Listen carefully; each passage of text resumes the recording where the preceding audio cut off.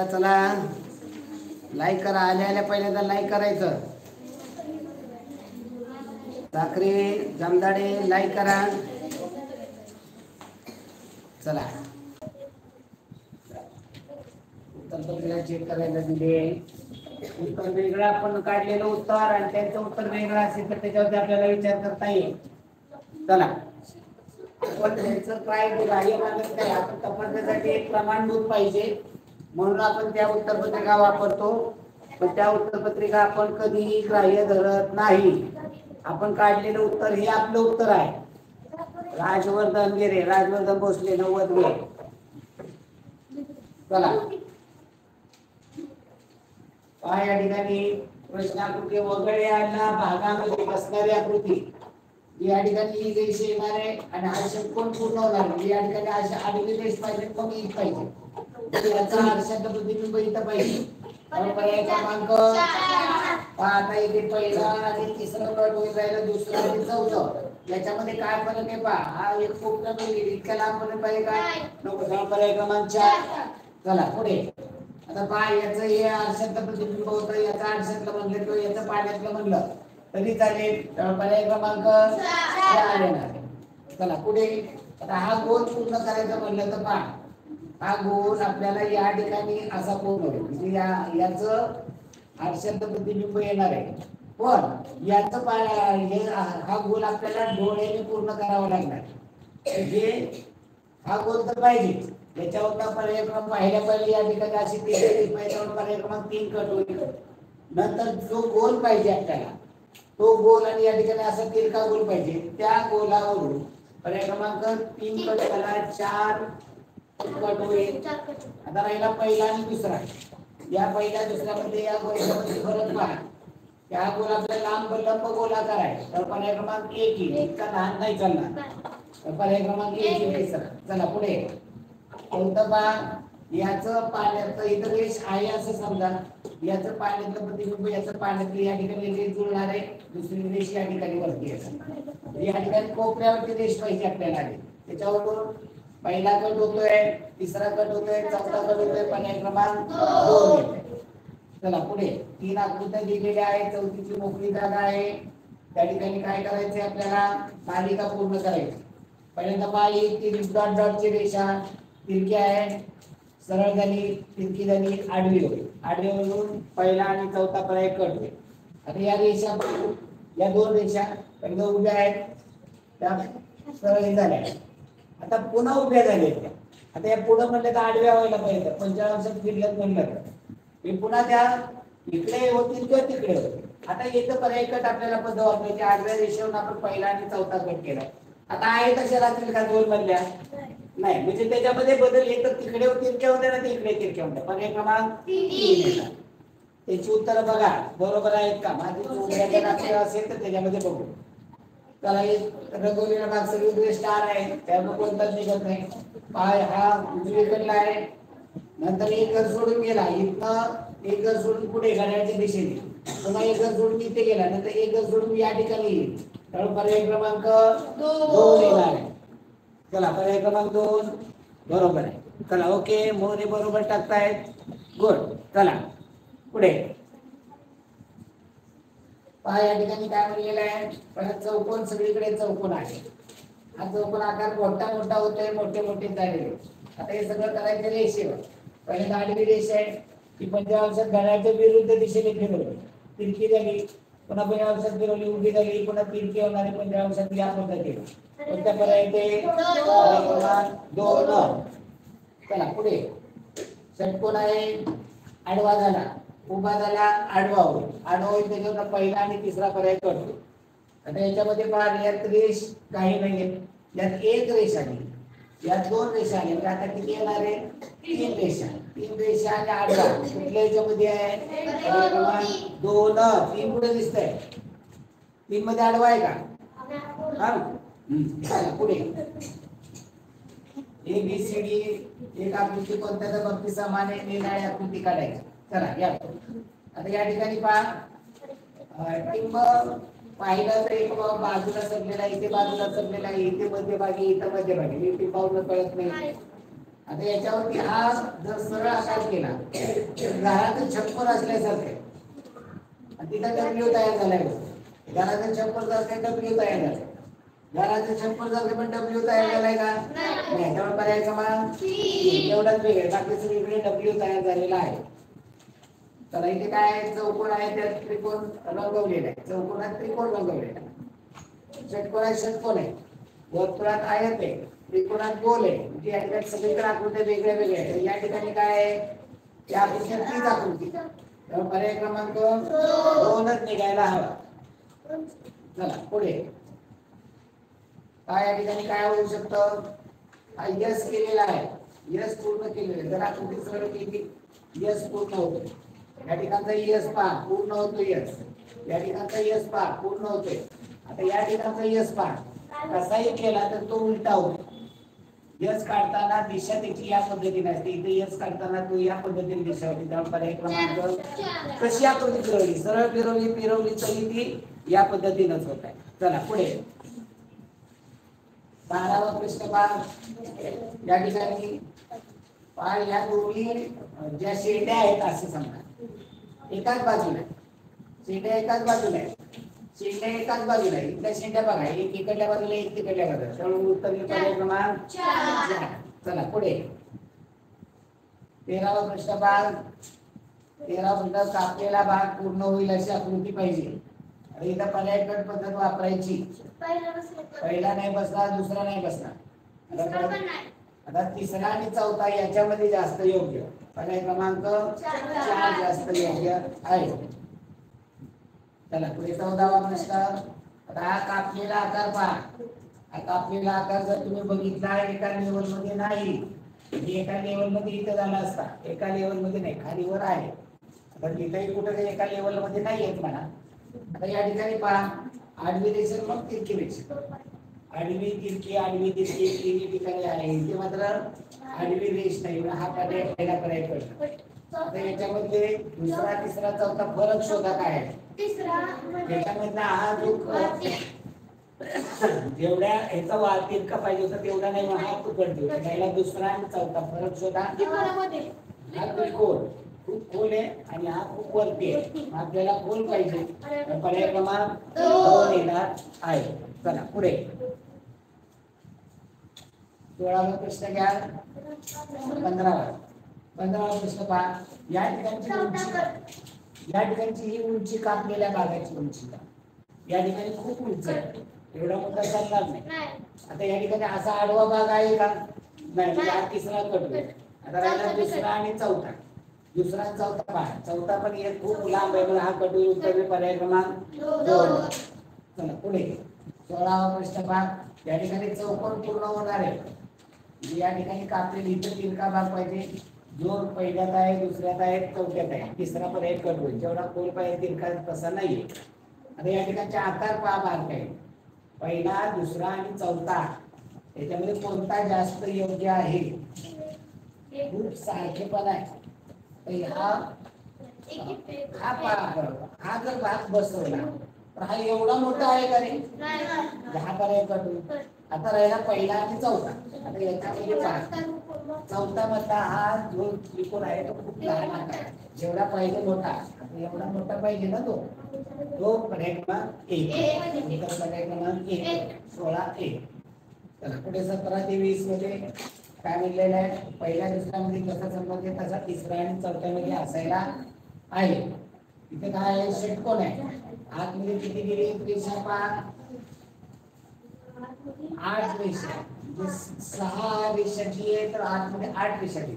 ही 4 रेषेची म्हणजे आतमध्ये किती पाहिजे? 6च्या 8 झाल्या म्हणजे इथे 4च्या किती पाहिजे? 6 पाहिजे. त्यामुळे त्याच्यावर बघितलं तर पर्याय कट पद्धत वापरा. पर्याय क्रमांक 2 आहे. चला पुढे आता या ठिकाणी पहा काय झालेलं आहे. पहिल्या ते दुसऱ्यामध्ये आतमध्ये असणारा हा भाग ते बाहेर आला. घंटी आतमध्ये. आता पहा या ठिकाणी घंटी होती ती घड्याच्या विरुद्ध दिशेने या ठिकाणी गेली. ही घड्याच्या विरुद्ध दिशेने बाहेर गेली. ही घड्याच्या विरुद्ध दिशेने बाहेर गेली. तसं आता ही घंटी आहे ही घड्याच्या विरुद्ध दिशेने या ठिकाणी पाहिजे. त्याच्यावरून तिसरा आणि चौथा पर्याय कटोरी बाहेरची गणती आतमध्ये पाहिजे त्यावरती तिथं बाहेर आहे बाहेरची बाहेर दिली म्हणून हा पर्याय कटोरी आणि ही गणती या ठिकाणी पाहिजे होती म्हणून हा पर्याय कटोरी. आता पहिला आणि दुसरा. आता इथे पहा ही घंटी जी घड्याळाच्या जिकडे वळवलेली तशीच वळलेली. आता या ठिकाणी इकडे वळलेली म्हणजे इकडेच वळलेला पाहिजे. आता जेव्हा इथे फिरेल तेव्हा ती घड्याळाच्या दिशेने जाते तेव्हा पर्याय क्रमांक 2 कसा येईल? गोल बाहेर काढला पाहिजे. त्यामुळे गोलावर म्हणलं पर्याय क्रमांक 2. म्हणजे गोलावरनं आपल्याला ते बदलावं लागलं. आता आपण उत्तर 1 काढायच्या तयारीत होतो. चला पुढे. एकूण नाव भाग यस त्याचं हे आरशातलं प्रतिबिंब आहे. यमचा आरशामधला पर्याय क्रमांक 1. चला पुढे 20वा प्रश्न घ्या. पहा काय वर्तुळात त्रिकोण आहे. त्रिकोणात त्रिकोण झाला. या त्रिकोण बाहेर गेला बाहेर गेला. आता एक चौकोनात पंचकोन आहे. एकामध्ये पंचकोनात पंचकोन आहे का पर्याय? एकच वर्तुळामध्ये काय आहे? त्रिकोण आहे. आता हे वर्तुळ निघून गेलं. इथं काय आलं? त्रिकोणात त्रिकोण झाला. इथं आतमध्ये काय आहे? बाहेरचा चौकोन निघून जाईल. काय येणार उत्तर? पंचकोनात पंचकोन. आलं का लक्षात? चला पुढे 21वा पान प्रश्नाकृती लिहिलेली आहे. प्रश्नाकृतीची हुबेहूब जुळणारी उलटे त्रिकोण सगळीकडेच आहे. आता या ठिकाणी डावीकडला सरळ आहे उजवीकडला उलटा आहे. डावीकडला सरळ आहे का इथं? नाही. इथं डावीकडला सरळ आहे का? नाही. म्हणजे राहिले बी आणि सी. आणि उजवीकडला कसा पाहिजे? उलटा. तर पर्याय क्रमांक डी. चला पुढे. वरच्या उभ्या रेषा आहेत सगळे. इकडे किती आहेत रेषा मोजा. 1 2 3 4 रेषा. 4 रेषा आहेत. 4 आहेत. इथं 3 रेषा आहेत. हा पर्याय कटोरी. ओके. नंतर इकडल्या उभ्या रेषावर आता इकडल्या उभ्या रेषावर कट करतात. आतल्या तिरक्या रेषावर हा चौथ्यामध्ये का कट केला? 4 रेषा आहेत ना. मोठे काय बघा कट. फक्त आपण रेषावर 3 नंबरचा पर्याय कट केला. आता आतल्या तिरक्या रेषा या बाजूला पाहिजे. त्यामुळे चौथा कट होईल रेषावर. तिसरा चौथा कट झाला. आता राहिला पहिला दुसरा. फरक मोजा.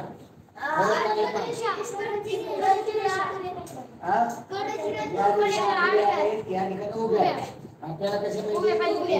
त्यामुळे 2 कट होईल. पर्याय चला पुढे 23वा प्रश्न पहा. या ठिकाणी हुबेहूब आपल्याला पाहिजे. वरती डाव्या बाजूला त्रिकोणाला गोल चिकटलेला आहे. इथे आहे चिकटलेला. इथे नाहीये.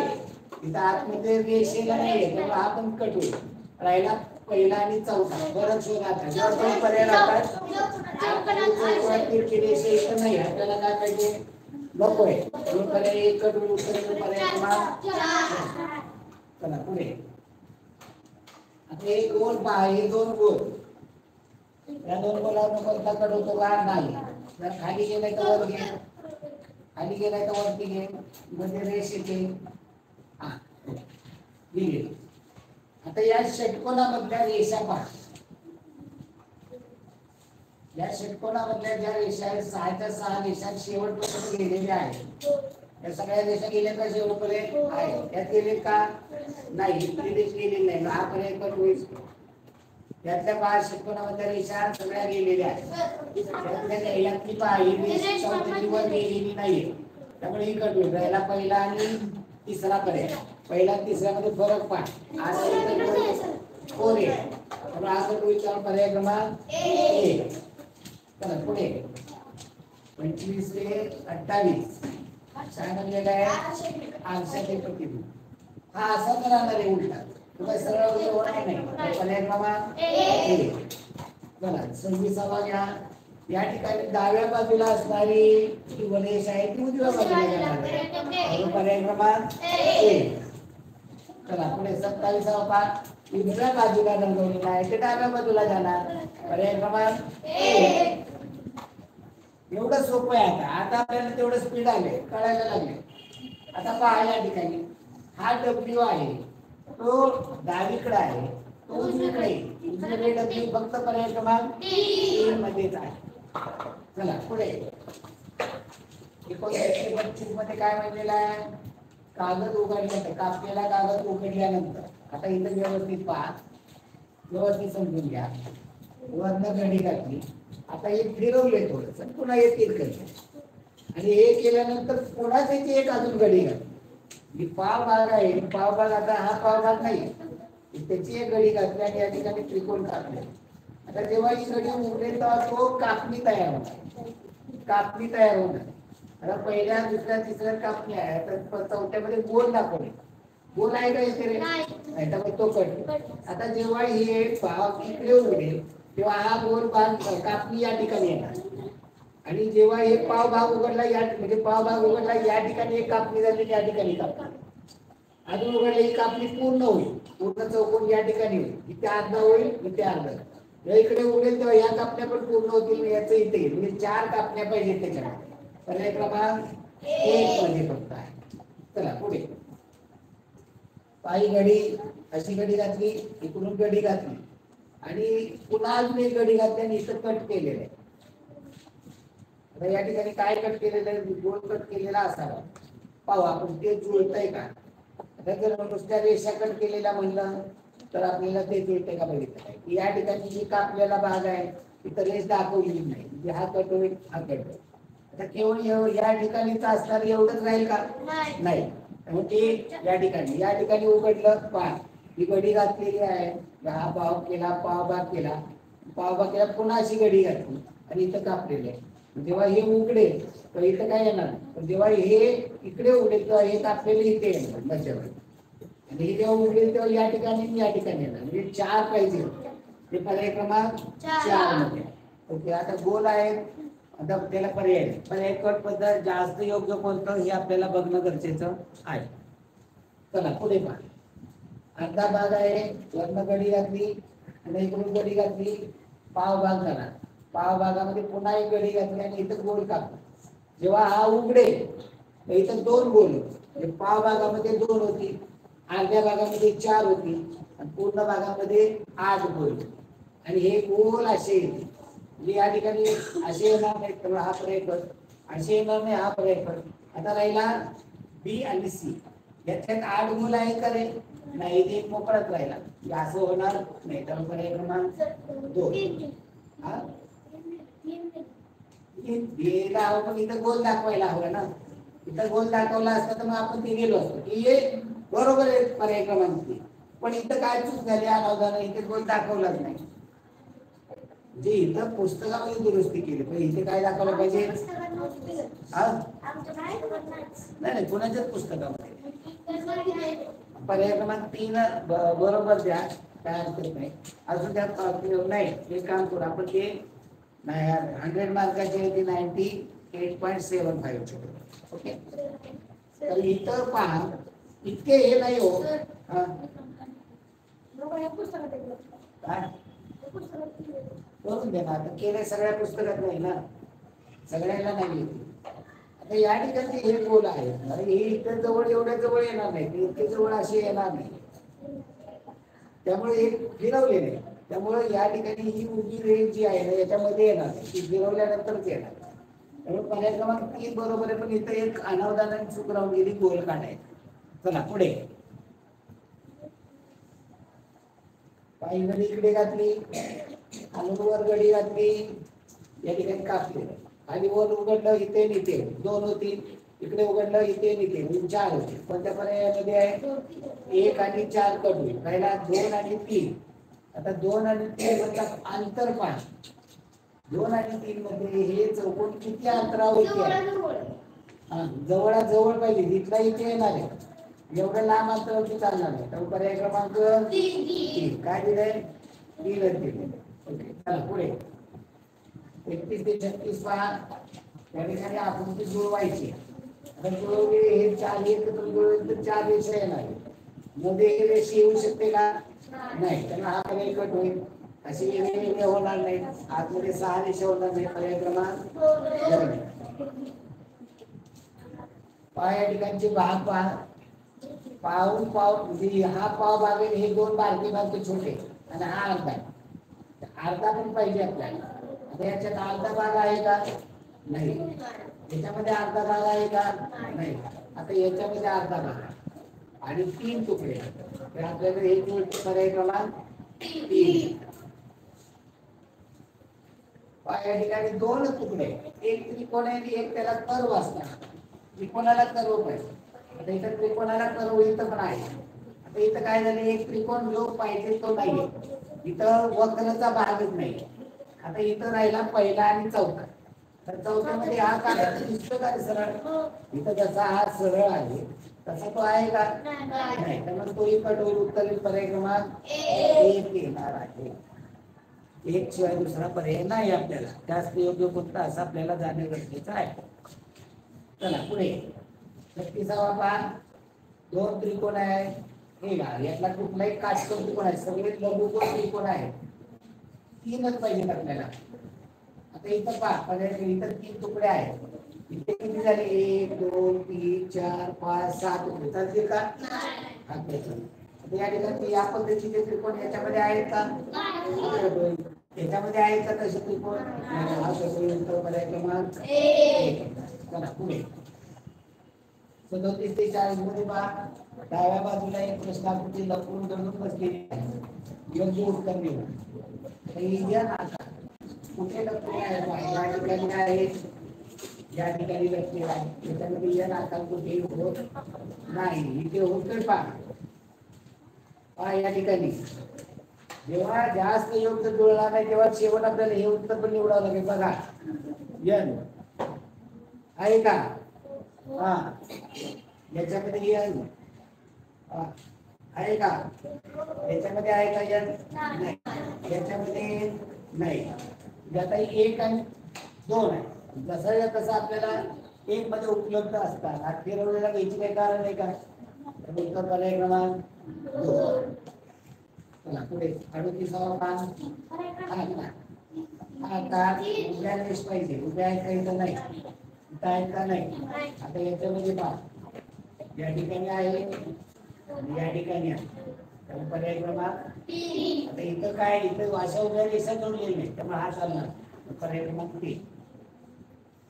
पुढे 39वा घ्या.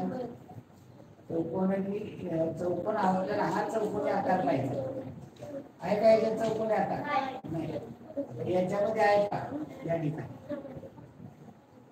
जो पाहिजे तेवढा हे नाही.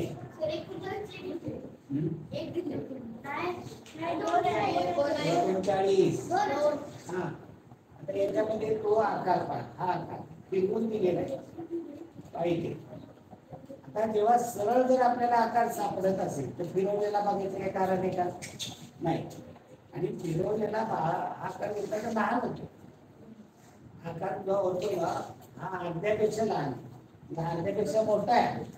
त्यामुळे हा कठीण. त्यामुळे पर्याय क्रमांक 2. 40वा घ्या. हा त्रिकोण पाहिजे. हे दोन या पद्धतीचा आकार पाहिजे. इथं होऊ शकतो का? नाही. इथं आहे का असं तितका? नाही. इथे आहे का? बघा आता इथे पहा. इथे पहा या ठिकाणी, या ठिकाणी इथं वर गेली, आडवी झाली, तिरकी म्हणजे सुरुवात इथं झाली, तिरकी गेली वर, ही आडवी झाली, खाली झाली, ही खालची. त्यामुळं पर्याय क्रमांक 4. आता आपण गणिताकडे जाऊन प्रश्न लक्षात घेऊया.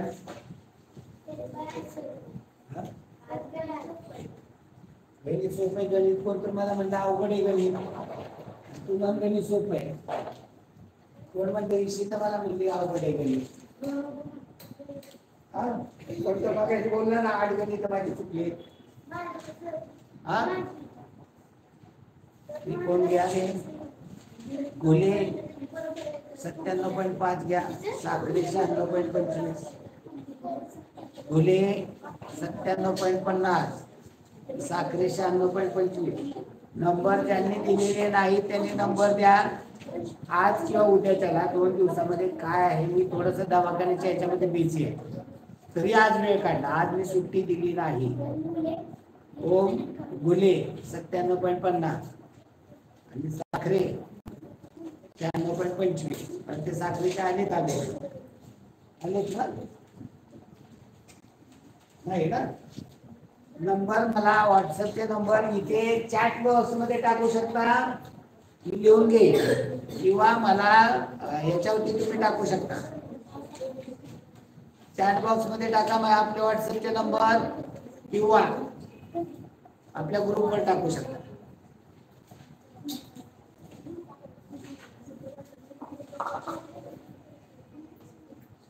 पुरेशा गडबडीमध्ये असल्यामुळे मला तो पुरेसा वेळ मिळाला नाही तुमचा ग्रुप तयार करायला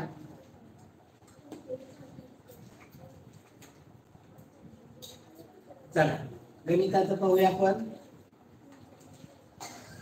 गणितामध्ये पहा एक मोटार गाडी कडून ब कडे जाण्यासाठी ताशी 40 किलोमीटर वेगाने निघाली 2 तासाच्या अखेरीस तिने एकूण अंतराच्या निम्म्या अंतर कापले अ आणि ब गावामधील अंतर 40 किलोमीटर वेगाने निघाली 2 तासात किती अंतर कापेल अंतर बरोबर वेग गुणिले वेळ 2 तास 40 गुणिले 2 अंतर वेग 40 आहे 2 तास वेग गुणिले वेळ म्हणजे 80 किलोमीटर हे काय झालं निम्मान पूर्ण अंतर किती होईल 80 ची दुप्पट 160 किलोमीटर पूर्ण अंतर होणार आहे चला पुढे खाली कोणत्या पूर्णांक चढत्या क्रमाने आहे आता पहा आता हे समजून घेतो व्यवस्थित 12 चारही अपूर्णांकाचे 12 अंश आता छेद पहा समजून घ्या 19 25 29 37 19 25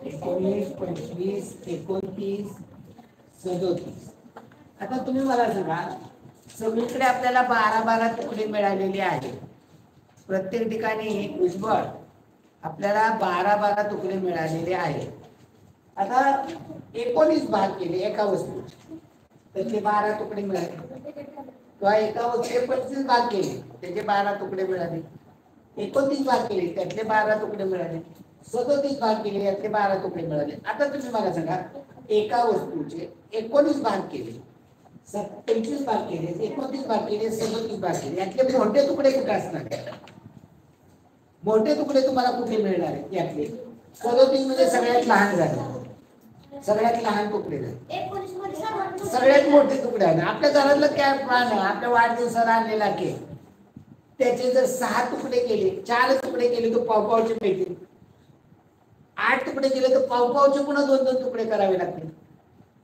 असे जर तुम्ही तुकडे जास्त केले तर तुकडे काय होत जाणार लहान लहान लहान लहान होत जाणार मग ज्या ठिकाणी तुम्हाला जास्त तुकडे म्हणजे मोठे तुकडे मिळाले तो मोठा मग इथं आकार तुकड्याचे पहा एका वस्तूचे 19 तुकडे केले एका वस्तूचे 25 केले एका वस्तूचे 29 केले एका वस्तूचे 37 केले यातले मोठे तुकडे कुठे असणार आहेत या ठिकाणी सगळ्यात मोठे तुकडे त्यात तसले मोठे तुकडे तुम्हाला 12 मिळाले सगळ्यात मोठे तुकडे होते ते 12 मिळाले म्हणजे हा सगळ्यात काय झाला मोठा झाला हा सर्वात मोठा आणि सर्वात लहान कोणता येईल हा सर्वात लहान येईल बस एवढं तुमच्या लक्षात आलं की मग आपल्याला त्यांनी कुठला सांगितलं क्रम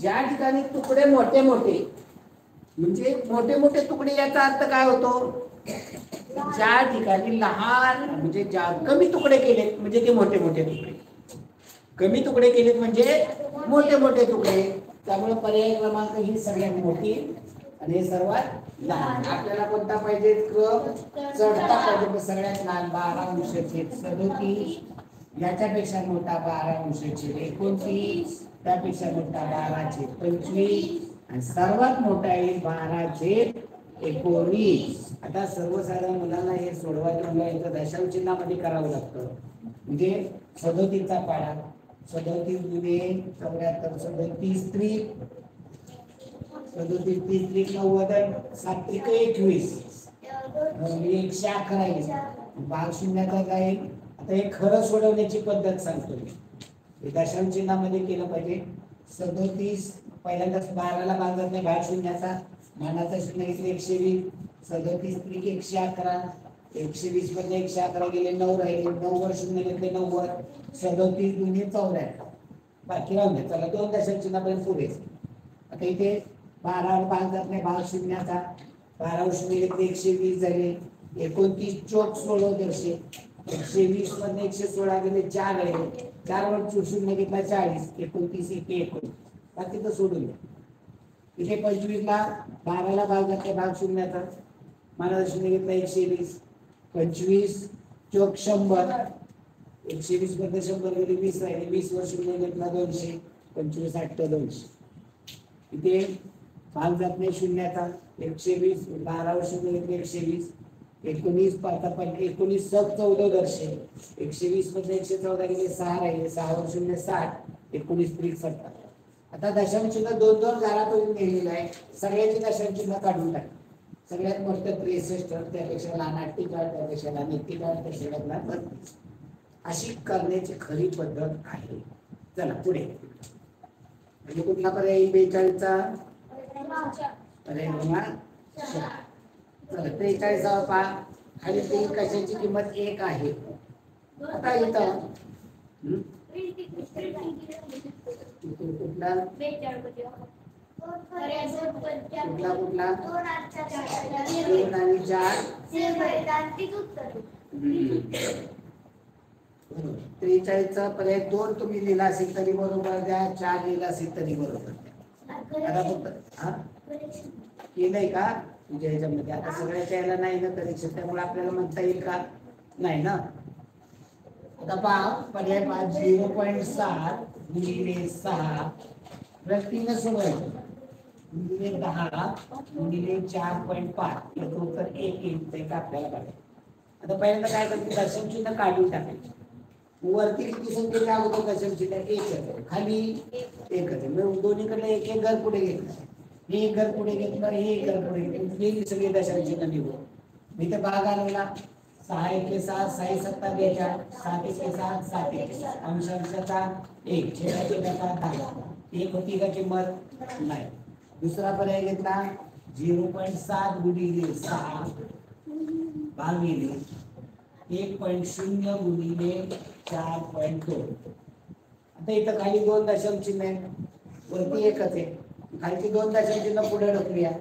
हे 1 घर घेतलं, हे 1 घर घेतलं, खाली 2 दशांश चिन्ह पुढे घेतलं, वरती पण 2 घालवायचे. इथे 1च घालू, आता दुसरं घालवायला येईल. मग 0 द्या. कुठेही इथं द्या 0 किंवा इथं द्या, इथे गेलं. आता बघू आपण. एका 10 1 10 10 7 60, 6 1 6 6 7 42, 7 1 7 7 1 7 अंशांशाचा 1 छेदाचा 1.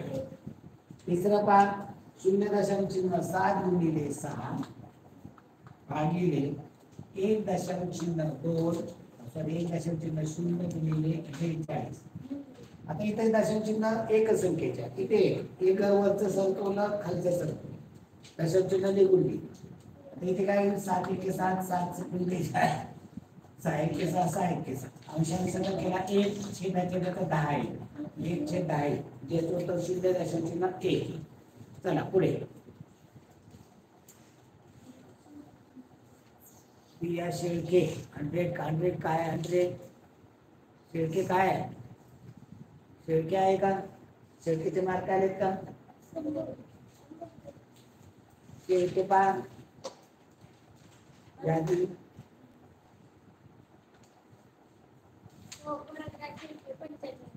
95. 100 टाकले त्याने काय टाकले? कट केलं, बस हे केलं, डिलीट केलं. ओके चला एकदा ते हे करा, लाईक करा. नाही एकाने लाईक केलं नाही तुम्ही, एवढे जण बसलात, मुले साखरे लाईक करायला पाहिजे ना. मोरे लाईक करायला काही वेगळंच येते का? पण लक्ष देता देता फक्त नुसतं एकदा बटन तिथं क्लिक करायचं, संपला. थंबचा आहे त्याला क्लिक म्हणजे लाईक झालं. लाईक म्हणजे काय वेगळं नसतं. चला पुढे. खाली पे कोणती संख्या? 3/2 भागिले 3/2 गुणिले 2 अधिक 3/2 या पदावली बरोबर. ही पदावली सोडवायची. 3/2 भागिले 3/2 गुणिले 2 2 म्हणजे 2/1 मांडताना मी असं म्हणतो 2 मांडतो अधिक 3/2. आता हे भागिले म्हणजे उलटून गुणिले असं 3/2 गुणिले 2/3 गुणिले इथं 2/1 आहे काय नाही 1 अधिक 3/2. आता हे तुम्हाला सोडवता येणार इथं संक्षिप्त रूप द्या या 3 3 1 3 3 1 3 या दोन्ही बे आता अंशांशाचा गुणाकार करा 2 येतो छेदाचा 1 येतो म्हणजे 2/1 अधिक 3/2 छेद सारखा 1 आणि 2 चा काय होईल असावी 2 इथे याची काय करू लागेल छेदाची दुप्पट अंश दुप्पट 4 अधिक इथे छेदाची 1 पट केली अंशाची 1 पट 4 अधिक 3 7/2 हे करा आहे का उत्तर पर्यायामध्ये आहे नसेल तर ते पुन्हा एक अपूर्णांकामध्ये केलं तर बेस 6 1 बाकी राहील 3.1/2 म्हणजे 3.5 पण आलं.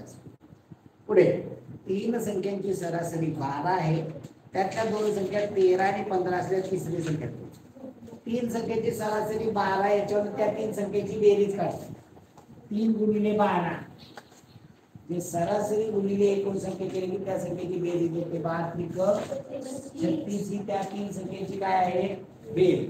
त्याच्यामध्ये 2 संख्या 13 आणि 15 दिली 13 अधिक 15 याची बेरीज किती होते 28 ही यातनं वजा केली 36 मधून 28 गेले 8 ही काय येणार आहे तिसरी संख्या येणार आहे. पर्याय क्रमांक 2 पाहिजे काय दिलाय 1 नाही येणार. पर्याय क्रमांक 2 बरोबर आहे म्हणजे उत्तर पत्रिकेमध्ये ती दुरुस्ती करा. चला पुढे चालन गुन्हे काय म्हणताय काय केलंय ओके. अरे तुम्ही हे केलेलं आहे लाईक केलेलं आहे पण मला इथे दिसत का नाही मला एकच जणांनी फक्त लाईक केलेलं दिसतंय. हा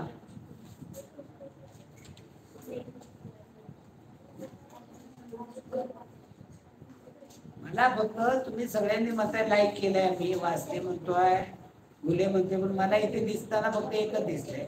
हा थोडस काहीतरी असू चला ठीक आहे काय हरकत नाही ओके. चला एका चौरसाचे क्षेत्रफळ 100 चौरस मीटर तर त्याची परिमिती आता क्षेत्रफळ दिलंय बघू ना भैया चौरसाचे क्षेत्रफळ 100 आहे. चौरसाचे क्षेत्रफळ कसं काढतो आपण बाजू हे क्षेत्रफळ आहे त्याचं वर्गमूळ काढलं की बाजू येणार बाजू किती आहे 10 म्हणजे परिमिती 4 बाजू 40 पर्याय क्रमांक 1 पाहिजे 46 च 1 काय दिलंय 4 दिलंय 400 मीटर नाही पर्याय क्रमांक 1 40 बरोबर आहे. पुढे सत्य पहा या प्रश्नपत्रिका तयार करणारी माणसं असतात त्यामुळे त्यांच्याकडनं चुका होतात पण त्या चुका आपण दुरुस्त करतो हे आपलं काम. एक माणूस 2400 रुपये मिळवतो आणि 600 रुपयाची बचत करतो तर तो उत्पन्नाचा किती खर्च करतो आता किती टक्के खर्च करतो असं विचारलेलं आहे. आता या ठिकाणी हे कसं सोडवलं पाहिजे खर्चाचं बघायचं काही कारण नाही आपल्याला विचारलं खर्चाचं फक्त बघायचं बचतीचं बघायचं काही कारण आहे का नाही. त्याने किती आहे उत्पन्न 2400 यात हे उत्पन्न आहे त्यातनं 2000 मधनं 600 रुपये काय करतो बचत करतो म्हणजे खर्च किती करतो 1800 रुपये त्याचे काय खर्च आहे.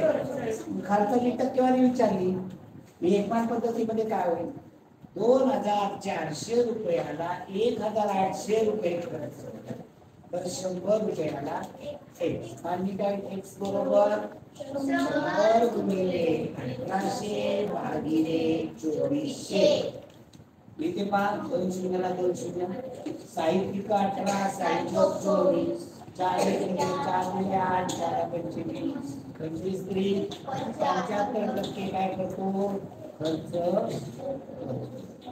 तुम्ही जर 2400 ला 600 रुपये काढले तर 25% बचत करतो मग खर्च किती करतो 100 मधनं 25 वरचा करायला म्हणजे 75 या ठिकाणी 75% खर्च करतो पर्याय क्रमांक 4 47. चौथीच आहे का? 20% चे 40% किती? 20% चे 40%.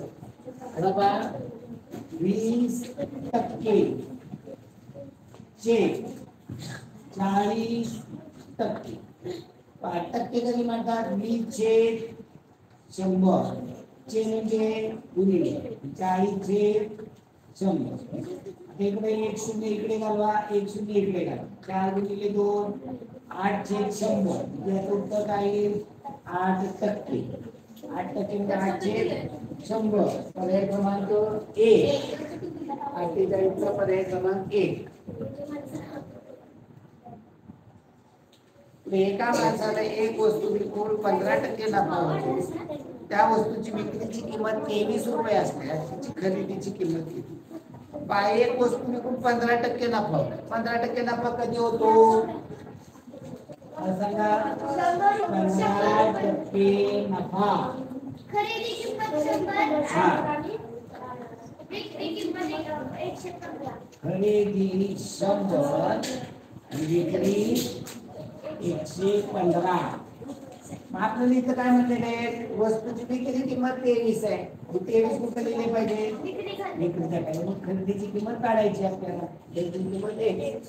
आणि काय होईल? x बरोबर 100 गुणिले 23 भागिले 115. 23 एके 23, 23 पाचा 15 वर्षे. 5 गुणिले 10 0. खरेदीची किंमत किती आली? 20 रुपये. खरेदी 20 रुपये आहे. 1000 रुपयाचे मासिक सरळ व्याज 15 आहे, तर दर साल व्याजाचा दर किती? दर बरोबर पहा. आता हे मदत भागिले 100 मध्ये घालू. व्याज बरोबर व्याज किती मिळतं? 15. बरोबर मुद्दल किती आहे? 1000 रुपये. दर काढायचा आहे. कालावधी 1 महिना म्हणजे 1/12 होईल आणि 100. आता याला x ला मोकळा करायचा.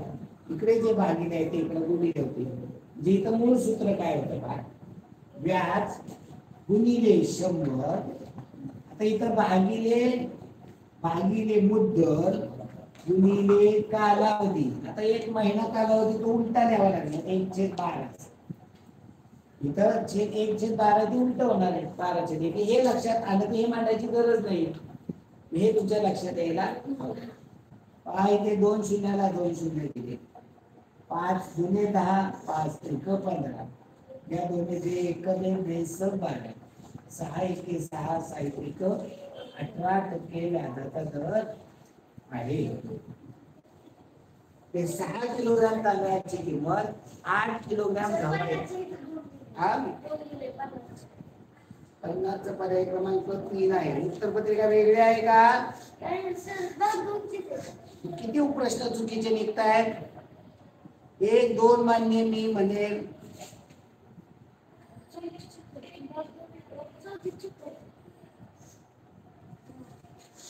काय तर गोंधळ झालेला दिसतो. काय तर उत्तर पत्रिका सांगताना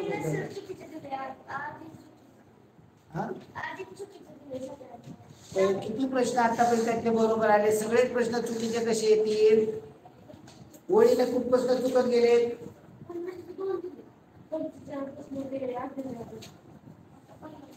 45 त्यातले 2-3 प्रश्न चुकले का? पहिले 50 पर्यंत आहेत का बरोबर? काहीतरी 44 पर्यंत बरोबर. काहीतरी मिस्टेक झालेली आहे. असून त्या ठीक आहे. तर आपण ते दुरुस्त करून घेतोय. त्या चुका आपण शोधतोय. या तर महत्वाच्या आहे. ते समजून घेणं खूप गरजेचं आहे. आपल्याला किती मार्क पडले याच्यापेक्षा सगळे बरोबर आहेत का हे महत्वाचं आहे. जे सोडवलेलं आहे ते जर आपण बरोबर सोडवलं असेल तर आपल्याला अडचण नाही. चला पुढचा प्रश्न घेऊया आपण. पहा 6 किलोग्राम तांदळाची किंमत 8 किलोग्राम गव्हाच्या किमती बरोबर आहे. म्हणजे 6 किलोग्राम तांदूळ 8 किलोग्राम गहू याची किंमत सांगते. गव्हाची 1 किलोग्रामची किंमत 6 रुपये असेल तर तांदळाच्या 1 किलोग्रामची किंमत किती? पहा गव्हाची तांदळाची किंमत 6 किलोची आणि 8 किलो गव्हाची किंमत 7 किलो. हे समीकरणामध्ये आपल्याला लिहिलं पाहिजे. एकाची किंमत दिलेली असते त्याच्यावर किंमत काढायची असते. बरोबर.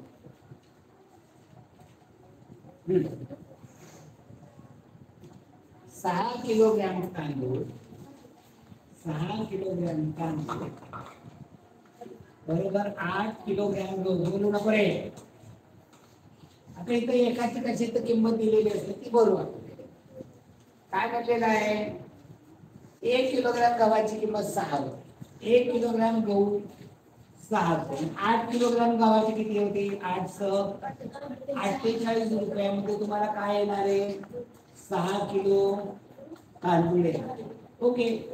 आणि मग त्यांनी काय विचारलेलं आपल्याला? तांदळाची किंमत. मी 1 किलो तांदळाची किंमत काढायची असेल तर 6 गुणिले तिकडे पाठवून द्या. 1 किलो तांदूळ बरोबर 48 भागिले 6, 6 एके 6, 6 8 48. मी तांदळाची किंमत किती? 8 रुपये किलो. हा. पुढे 1000 रुपयाचे मासिक सरळ व्याज 15 रुपये आहे. ते झाले. फार महिन्याची कंसामध्ये पदावली आहे. 2 कंसात 18 वजा 3 कंस पूर्ण महिन्याची कंस पूर्ण अधिक 5 कंसात 12 वजा 7. आता इथं नियम काय असतो? सगळ्यात आत एक कंस सोडवायचे असतात. सगळ्यात आत इथे 18 वजा 3 किती येईल? 15. आता इथं बाहेर चिन्ह नाही. 18 15 आणि 2 च्या मध्ये चिन्ह नाही. याचा अर्थ ते कोणतं असतं? गुणिले. हे महिरपी कंसात येईल 2 गुणिले 15 अधिक हे 5. 12 7 गेले 5 राहिले. इथं चिन्ह आहे का कोणतं? नाही. म्हणजे इथं गुणिले असणारे 5. 5 गुणिले 5 25 आणि 12 गुणिले 15 गुणिले 2 30 अधिक 25 55 उत्तर येणार आहे. पर्याय क्रमांक 4. चला पुढे पहा. 27,360 या संख्येतील 7च्या स्थानिक किमतीमध्ये किती अंतर आहे? अंतर आहे याचा अर्थ काय आहे? फरक आहे. दोन्ही 7च्या स्थानिक किमतीमधला फरक विचारलेला आहे. आता सर्वसाधारण मुलगा कसं सोडवतो? 27,360 याच्यामध्ये 27,360 या 7ची किंमत होते 7,000. या 7ची किंमत 7. 7,000 6,000 गुणिले 10 7 गेले 3 राहिले. 10 ने गेला 9, 10 ने गेला 9, 7 ने गेले 6,993. मग आपल्याला दुसरी काय पद्धत आहे? याच्या खाली बाण करा, याच्या खाली बाण करा. या 7 मध्ये किती मिळवलं? 10 होतात. आणि याच्यामध्ये 1 वजा केले 6. मध्ये राहिले तेवढ्या ठिकाणी 9. बाजूला तिकडं काय उत्तर? 6,993. 3 4 6 आणि 10 याचा लसावी 3 4 6 आणि 10. 4 संख्येला भाग जाणारी आहे का संख्या? 3 संख्येला भाग जाणारी 2 3 कसे देतील? 4 आता 3 ला जाणारे आहे का? दोघांना जाणारे आहे का? 3 आता ते 2 चे 5 चे फॅक्टर पडणार आहे का? मी तर 5 गुणिले 10 3 3 7. पुढे 2 संख्याचा मसावी आणि लसावी 2 आणि 12 आहे. एक संख्या 4 असल्यास दुसरी संख्या कुठली? आता 2 संख्याचा गुणाकार बरोबर लसावी गुणिले मसावी. पहिली संख्या 4, दुसरी संख्या माहित नाही 8 बरोबर लसावी दिलेला आहे 12 आणि मसावी दिलेला आहे 2. x ला 4 गुणिले तिकडे पाठवा भागिले 12 गुणिले 2 भागिले 4 एके 4 4 3 गुणिले 6. मांडणी आपल्याला विचारली 12 गुणिले 2 भागिले 4 कोणत्या पर्यंत? पहिला 2 गुणिले 12 काय? 12 गुणिले 2 काय? सारखं आहे. तर एक गाडी अहून दुपारनंतर 5:15 वाजता निघते आणि ला दुसऱ्या दिवशी दुपारपूर्वी 10:40 वाजता पोहोचते. गाडीला किती वेळ लागतो? दुपारनंतर. मग आता हे घड्याळ मी तुम्हाला सांगितलं दुपारनंतर असेल पुढे लक्ष दे. दुपारनंतर असेल तर हे आज दुपारी 12 पासून उद्या दुपारी 12 पर्यंत 24 ताशी चक्र करायचं. मग आज दुपारी 12 नंतरची म्हणजे सकाळी 5:15 वाजता निघाली म्हणायचं आणि उद्या सकाळी 10:40 ला पोहोचली म्हणजे ते 24 ताशी घड्याळात केले. किंवा दुसरी पद्धत अगोदर ती पद्धत सांगतो. 5:15 वाजता निघाली. 5:15 पासून रात्रीच्या 12 वाजेपर्यंत रात्रीच्या 12 मधनं निघालेली वेळ 5:15 वाजा केली ते शून्यात जात नाही. तिथे एक हातचा घ्या 60 मिनिटं झाली. 60 मधनं 15 मिनिटं गेली 45 मिनिटं राहिली. 11तनं 5 गेली 6 म्हणजे संध्याकाळी 5:15 पासून रात्रीच्या 12 वाजेपर्यंत 6 तास 45 मिनिटं प्रवास केला. आणि सकाळी 10:40 ला पोहोचलो. म्हणजे रात्री 12 पासून सकाळी 10 पर्यंत 10 तास वरती 40 मिनिटं. हे होतात 85. 16 तास 85 मिनिटं. 85 मिनिटं वाजतात का घड्याळात? 85 मिनिटाचे काय केले वेळ तास केला. एका तास म्हणजे 60 मिनिटं. यातलं 60 मिनिटं वाजता तुम्ही त्याला तास केला तासामध्ये वेळ. 85 मधनं 60 गेले 25. 16ने 17 तास 25 मिनिटं. आता दुसरी पद्धत 24 ताशी घड्याळ केलं तर उद्याच्याला 10:40 ला पोहोचली म्हणजे 24 ताशी घड्याळ किती होती? 12 अधिक 10 22 वाजून 40 मिनिटांनी पोहोचलेली आहे. आणि निघालेली वेळ किती आहे? 5 वाजून 15 मिनिटं. 40 मिनिटं 15 गेले 25 राहतात. 22 मिनिटं 5 गेले 17 तास 25 मिनिटं. ओके, ते सरावाने शक्य होतं. पहिलं चुकेल दुसरं चुकेल पण हळूहळू लक्षात येतात. पुढे 57 खाली कोणत्या संख्येला 7 व 5 ने भागल्या प्रत्येक वेळी बाकी 3 होते. आता 7 ने 5 ने भागलं म्हणजे 7चा 5चा लसावी. 7चा 5चा लसावी दोन्ही मूळ संख्या आहेत. याचा गुणाकार हा लसावी येणार आहे 35. आणि बाकी 3 उरते म्हणजे बाकी 3 त्यात ऍड करायचे म्हणजे 35 अधिक 3 38. 38 ला 5 ने भागलं बाकी 5 असता 35 बाकी 3 राहणार आहे. 7 ने भागलं तरी बाकी 3 राहणार आहे. म्हणजे 38 ही ती संख्या आहे. आता 38 नाही मग 38 ची पट करत जायची. 38 दुने 7 सॉरी आता काय करायचं 35 ची पट करायची. 35 दुने 70 अधिक 3 आहे का? नसेल तर 35 तरी 105 अधिक 3 140 अधिक 3 अशा पद्धतीनं पट करत जायचं. 38 नाही 73 आहे का? आहे. उत्तर काही पुढं 7 21 32 7 21 32 9 27 38 15 45 56. काय झाले रे इथे? 7 त्रिक 20 अधिक 11 9 त्रिक 27 अधिक 11. 7 त्रिक 21 त्यात 11 मिळवले 32. 9 त्रिक 27 त्यात 11 मिळवले 38.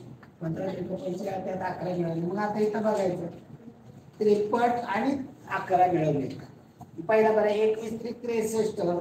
63 मध्ये 11 मिळवल्यावर किती होतात? 74 आहे का तिथं? 8 त्रिक 24 इथं 32 दिले. चालेल का दुसरा? तिसरा 20 त्रिक 60 अधिक 11 आहे 20 आहे 60 आहे 11 71 आहे. तिसरा दिला. चौथा चालेल का? 17 त्रिक 51 अधिक 11 62 इथं 63. पुढे गोडाऊनमध्ये धान्याची पोत्यांची संख्या दिलेली आहे. स्तंभालेखावर गोडाऊनात तांदळाची पोती किती पोती आहे? तिथं पहा. आता इथं 50 100 150 200 250.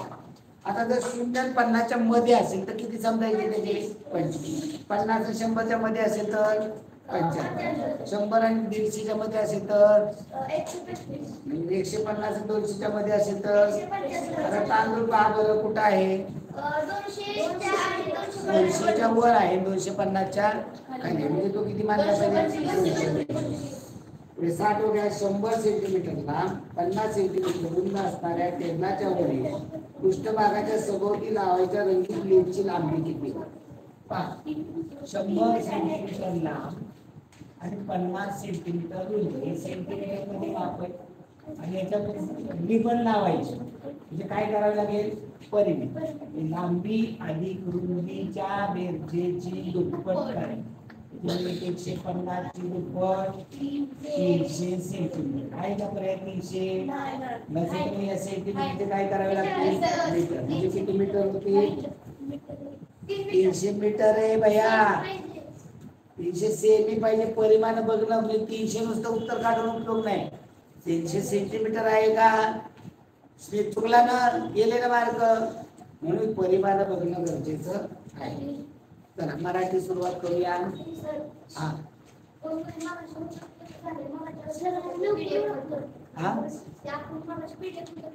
हा पण त्या पुन्हा बॅकला जा आणि त्या ह्याच्यामधनं ओपन कर.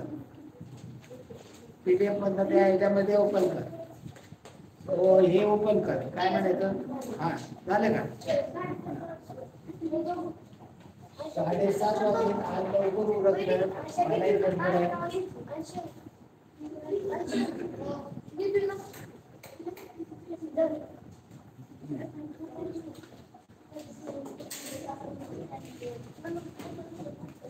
चला पाहूया आपण उतारा पहिला का. विचारवंतांनी हे बोलू नका. विचारवंतांनी आपले औदासीन्य झटकून कार्यकर्त्याशी संवाद साधण्याचा प्रयत्न केला पाहिजे. औदासीन्य म्हणजे निराशा. आता उदाहरणार्थ काँग्रेसचं इलेक्शन झालं, 3 ठिकाणी 3 राज्यात काँग्रेसचं सरकार आलं नाही. त्या केंद्रातल्या नेत्यांना त्यांच्या औदासीन्य निराशाची येणं गरजेचं येणार. आपल्याला एवढी चांगली संधी होती पण मिळाली नाही राज्यात. मग हे अवकाशाने दूर करण्यासाठी कार्यकर्त्यांनी संवाद केला पाहिजे. हे इतके सोपे आहे असे नाही, पण ते केले. महाराष्ट्राच्या भूमीला एक परंपरा आहे. इथेच आंबेडकर झाले, बाबासाहेब आंबेडकर, फुले, शाहू महाराज झाले. यालाही एक क्रम आहे. मी असे मानतो की चळवळ काही एकट्या दुसऱ्या नेत्याच्या हातून होत नाही. असंख्य लोक त्यात भाग घेतात आणि त्यांची नाव निशाणी सुद्धा आपल्याला माहीत नसते, पण त्याच्या कार्याची लोकांना ओळख करून देणे हे नेत्याचे कर्तव्य आहे. त्याने हे जाणले पाहिजे की माझ्या क्षेत्राला आज जी किंमत आली आहे ती असंख्य लोकांच्या सहकार्यामुळे आहे. व्यक्तिगत गौरवाला काही महत्व नाही. महात्मा गांधी सारखा मोठा नेता म्हणून लाभला हे आपले महान भारत. तरी सुद्धा लाखो लोक तुरुंगात गेले, त्यामुळे स्वातंत्र्य आहे. एकट्या गांधीमुळे नाही, गांधीजी गेले पण त्यामुळे लाखो लोक तुरुंगात गेले, त्याच्यामुळे सगळ्यांचा उठाव झाला, त्यामुळे स्वातंत्र्य आहे. नाव गांधींचे राहील, कुणीतरी प्रतीक म्हणून लागतेच. लिहिला गेलेला इतिहास तर आपण बदलू शकत नाही. नव्या इतिहासात हे घडू नये. महापुरुषवादाचे अवास्तव माजवले जाऊ नये याची काळजी घेतली पाहिजे. नवोदित जनसमूहामध्ये काही सुप्त सामर्थ्य आहे. एवढा विश्वास जरी आपण ठेवला आणि त्या दृष्टीने महाराष्ट्रात काही घडले तर ही जी आदिवासी मंडळी आहे, कार्यकर्ते आहेत, त्याच्यामध्ये अगम्य आशावाद निर्माण होईल. विचारवंतांनी कोणते काम केले पाहिजे असे एकेकाला वाटते. कार्यकर्त्यांशी संवाद साधला, कार्यकर्त्याशी बोललं. चळवळ कोणाची असते? लोकांची असते. ती काय नेत्याची, कार्यकर्त्याची. नेत्यांनी काय जाणणे महत्वाचे आहे असते असे नेत्याने व्यक्तिगत स्वतःचा गौरव महत्वाचा नाही, फक्त लोकांकडे पोहोचणं महत्वाचं. नेत्याचे कर्तव्य काय आहे? चळवळीतील लोकांच्या कार्याची ओळख इतर लोकांना करून घ्यायची. फक्त महात्मा गांधीजींची ओळख करून उपयोग नाही, बाकीच्या सगळ्यांनी तिथं उठाव केला म्हणून ते शक्य नाही. काय त्यामध्ये कोणती गोष्ट आशावाद निर्माण होईल. पुढे खंडाळ्याच्या बंगल्यात वाहण्यात उभे राहून पप्पा जेव्हा समोर दूरवर दिसताय, राजमाचीचे 2 दिसून मिळे डोंगर न्याहाळी शब्द उभे राहतात. त्यांच्या मनात अलगद शिर आहे आणि त्यांच्या भावनाशी काय गोष्टी कराव्यात असे मला नेहमी वाटते. खंडाळ्याच्या खंडाळ्यामधनं राजमाची म्हणजे राजगडावरचे 2 धुसूर असे डोंगर दिसतात. कधी कधी मुसळधार पावसाने पप्पा खंडाळ्याला एकटे जाऊन राहतात. मी त्यांना एकदा विचारले, पप्पा तुम्हाला एकट्याला कंटाळा नाही का हो येत तिथे? तेव्हा पप्पा म्हणाले, मी माझ्याशी बोलतो. वाचन आणि विचार या 2 गोष्टींना पप्पांच्या जीवनात फार मोठे स्थान आहे. खंडाळ्याला गेल्यावर या दोन्ही गोष्टी पप्पांना मनसोक्त करायला मिळतात, पण म्हणून तिथे एकटे सुद्धा फार दिवस राहता येत नाही. कधी कधी तर एकांताचा आनंद उपभोगायला खंडाळ्याला येतात, पण तिथे एका शरीर टेलिफोनवर बोलून ते डायल फिरवण्याचा खेळ खेळत साऱ्यांना हाता मारीत असतात. पुण्या मुंबईच्या साऱ्या मित्रांना फोन करून आम्ही खंडाळ्याला आलो आहोत अशी बातमी गरजून देतात आणि आज इथे हवा फार छान आहे असे त्यांना सांगतात. त्यांच्या काळजाला अशा काही गोड गुणगिल्या होत असतात. लोकांना खंडाळ्याला बोलवून आपला बंगला दाखवण्याची पप्पांना भारी हवस. मग ते थेट शौचाकुपापासून घर दाखवण्याचे सत्र सुरू करतात. वरच्या डोंगरावर लोकांना नेऊन वरून दिसणारी ही सारी जमीन माझी आहे हे सांगताना त्यांचा ऊर अभिमानाने भरून येतो आणि कंठ सद्गदित होतो. आपल्या 50व्या वाढदिवसा दिवशी तर पप्पाने डोंगरभर आंब्याची 50 झाडे लावली. खंडाळ्याला सकाळी पावसापक्षी शीळ घालतो. त्यावेळी पप्पा आम्हा सर्वांना हात मारून ती शांतपणे ऐकायला लागतात. पावसाळ्यात खंडाळ्याला शेकोटी पेटून शेकत गप्पा मारत अर्धी रात्री जागवण्यात पप्पांना फोन आनंद वाटतो. खंडाळा हे पप्पांच्या जीवनातील काव्यस्थळ आहे. खंडाळ्याच्या बंगल्याच्या दोन्ही बाजूनी 2 झरे वाहतात. पप्पांनी त्यांची नावं ठेवली आहेत, मोती झरा आणि कापूर झरा. पाऊस पडण्याचे दिवस आले म्हणजे ते खंडाळ्याला काजव्याचे अमाप पीक येते. काजव्याने रानातली झाडं झाड पेटली. पप्पा मान कल्पी करून लहान मुलांच्या उत्सुकतेने ती झाडे पाहत कमरेवर हात ठेवून उभे राहतात. खरोखर पप्पा आणि खंडाळा या 2 गोष्टी भिन्न करता येत नाही. सासवड हा त्यांचा ध्येय आहे तर खंडाळा हा त्यांचा आत्मा आहे. म्हणजे ते सासवडला राहताय, खंडाळ्याला ते त्यांची जमीन आहे. बंगला खंडाळ्याच्या बंगल्यातून कोणते 2 निळे डोंगर दिसतात? राजमाचीचे. पप्पांच्या जीवनात कोणत्या 2 गोष्टी नसताना वाचन आणि विचार.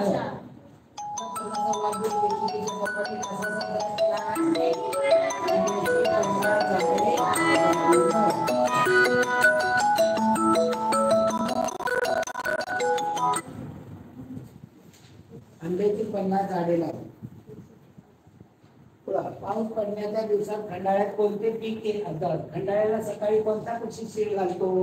पावश्या. आता इथं पहा, आता पावश्या, आता खाली घ्या. पावसात कधी शेळ घालतो? पहा, खंडाळ्याला सकाळी पावसा पक्षी शेळ घालतो. स्पष्ट आहे. यावरती आता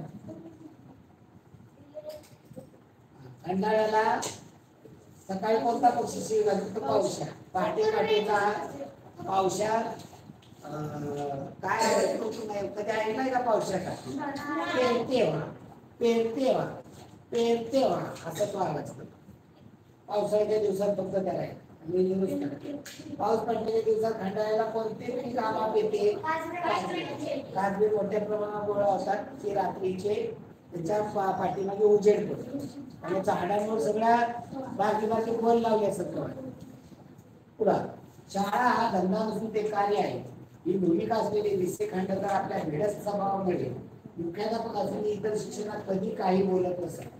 मुख्याध्यापक पदाचा राजीनामा देऊन केवळ शिक्षक म्हणून राहण्याची इच्छा व्यक्त करणारे एक पत्र त्यांनी शाळा चालकांना दिले होते. त्या पत्रात शाळेच्या लौकिकासाठी शिस्त आणि नियमांचे पालन शिक्षकांनी कसे काटेकोरपणे केले पाहिजे हे सांगताना सहकारी शिक्षकावर कायदे लागण्याची इच्छा नसल्याचे त्यांनी सांगितले आहे. या पत्रातून त्यांच्यातील व्रतस्थ शिक्षण दिसते. चुकली की त्यांचे शिकवणे सुरू असते. त्यांच्या शिकवण्याला वेळेचे विषयाचे बंधन नसते. पुढे देशाची राजकीय सामाजिक आर्थिक स्थिती कशी आहे याची चर्चाही ते तितक्याच मोकळेपणाने वर्गात करीत असत. त्यामध्ये त्यांची एकच भूमिका होती ती म्हणजे मुलांची मने नांगरणे. त्यात नवविचाराची सर्वस्पर्शी बीजे पेरणे. यासाठी खांडेकर मुलांच्या मिसळत होते. त्यांना घेऊन फिरायला जात. प्रसंगी समुद्र स्नानाला जात होते. विद्यार्थ्यांवर शाळेवर मनापासून प्रेम करणाऱ्या खांडेकरांनी 1925 साली शाळेची इमारत केली. परंतु काही दुष्ट लोकांनी शाळेवर ताबा मिळवण्यासाठी शाळा जाळण्याची धमकी दिल्यावर मात्र ते पैसे नाही. रात्री अपराध येऊन ते कंदील घेऊन शाळेची इमारत सुरक्षित आहे की नाही पाहून येऊ लागले. प्रत्येक विद्यार्थी आपल्या सोपवलेली जबाबदारी आहे असे समजून त्या विद्यार्थ्यांच्या सर्वांची हिताला जपण्याची चळवळ त्यांना होती आणि आपल्यावरची जबाबदारी त्यांनी मोठ्या आत्मीयतेने पार पडली. एक जबाबदार आदर्श शिक्षक या नात्याने शिरोड्यातील वाचनालयाचा कायापालटही त्यांनी केला. विद्यार्थ्यांच्या मदतीने ग्रंथसूची तयार केली. वाचनालयाची नेहमी साफसफाई करून घेतली. वाचनालयात लहान मोठ्यांचा राबता वाढवला. एक व्याख्यानमाला सुरू केली. शाळेतील विद्यार्थ्यांची नाटके बसवली. त्यांनी हस्तलिखित सुरू केली. खांडेकर शिरोड्याच्या शाळेत आल्यापासून नवचैतन्य निर्माण झाले. कुणी विद्यार्थी त्यांना आपला सहाय्यकर्ता मित्र या नात्याने आपल्या व्यक्तिगत व्यथा सांगू लागला. त्यांनी केवळ आपल्या शिकवण्यातून विद्यार्थ्यांची मने बोलवली नाही तर आपल्या आदर्श आचरणातून विद्यार्थ्यांत सामाजिक जाणीव निर्माण केली. डॉक्टर अंकुश गावडे यांच्यासारख्या त्यांच्या विद्यार्थ्यांनी गारगोटी येथील मौली विद्यापीठाच्या उभारणीत फार मोठे कष्ट घेतले. गरीब विद्यार्थी निधीसाठी गारगोटी परिसरात आणि बेटगाव तालुक्यातील गावोगाव घेऊन विपुल मदत आणि धान्य गोळा केले. खांडेकरांच्या लौकिक व्यक्तिमत्वात शिक्षक म्हणून असलेले त्यांचे योगदान महत्वाचे आहे. पुढील जीवनाची आपली आदर्श शिक्षण चौकट त्यांनी कधी ओलांडली नाही. मुख्याध्यापक असूनही खांडेकर इतर शिक्षकांना बोलत नसत, कारण त्यांचा स्वभाव विडस्त होता. विडस्त म्हणजे कधी दुसरा तोंड न टाकणार. खांडेकरांनी संस्था चालकांना लिहिलेल्या पत्रातून कोणती गोष्ट दिसून येते? खांडेकरांना वृत्तस्थ शिक्षण. खांडेकरांची शाळेची मालक किती साली उभी केली? 1925. रात्री अपरात्री उठून खांडेकर शाळेची इमारत का पाहून नये? शाळा जाण्याची धमकी दिली.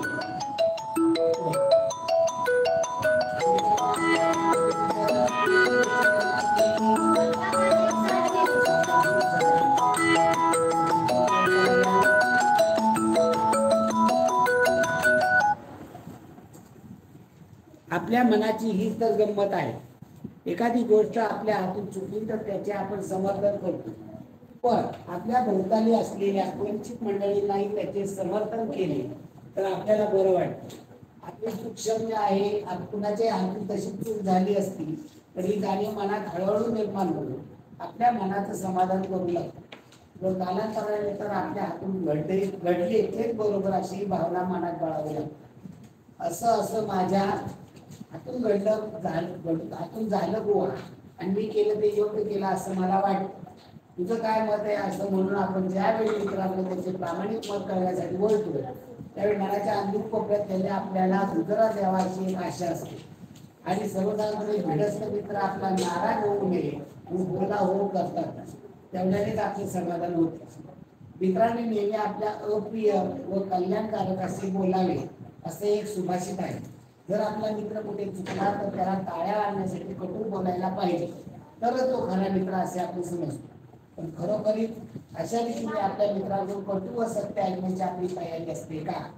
एखाद्या मित्राने आपल्या वर्तनविषयी स्पष्ट व सडेतोड मत ऐकवणे आपल्याला कितपत रुचते? असं असून सुद्धा आपण आपल्या मित्राला एखाद्या गोष्टीविषयी मत विचारताना आव तर केवढा आणतो, तोंड बिळके बोलू नको, अगदी तुझं प्रामाणिक मत सांग, चुकलं का माझं या असं विचारताना नाही हे उत्तर ऐकण्याची आपली अपेक्षा असते. तरीही आपल्याला त्याचे प्रामाणिक मत हवे असते.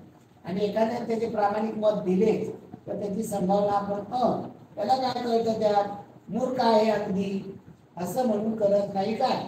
आपल्याला विरुद्ध मत व्यक्त करणारा व आपल्याला विरोध करणारा बहुता आपल्या मते मूर्खच असतो.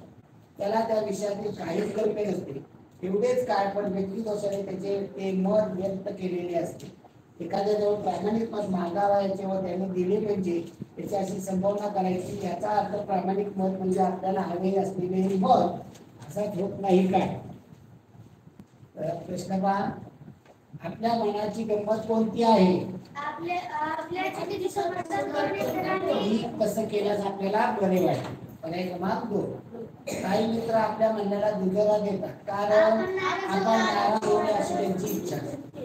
खऱ्या मित्राची व्याख्या कोणती? चुकलेल्या मित्राला टाळ्या आणण्यासाठी कटू बोलतो तो खरा मित्र. मित्राचे कटू व सत्य बोलणे ऐकण्याची आपली तयारी का नसते?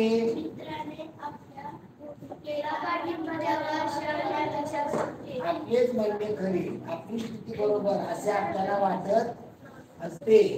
नाही, मित्राने आपल्या भूमिकेला पाठिंबा द्यावा ही आपली इच्छा असते. मित्राच्या प्रामाणिक मताची आपण केलेली संभावना आपल्याला योग्य वाटते का?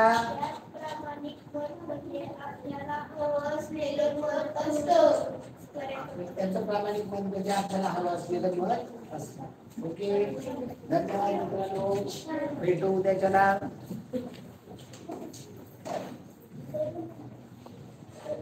Good night.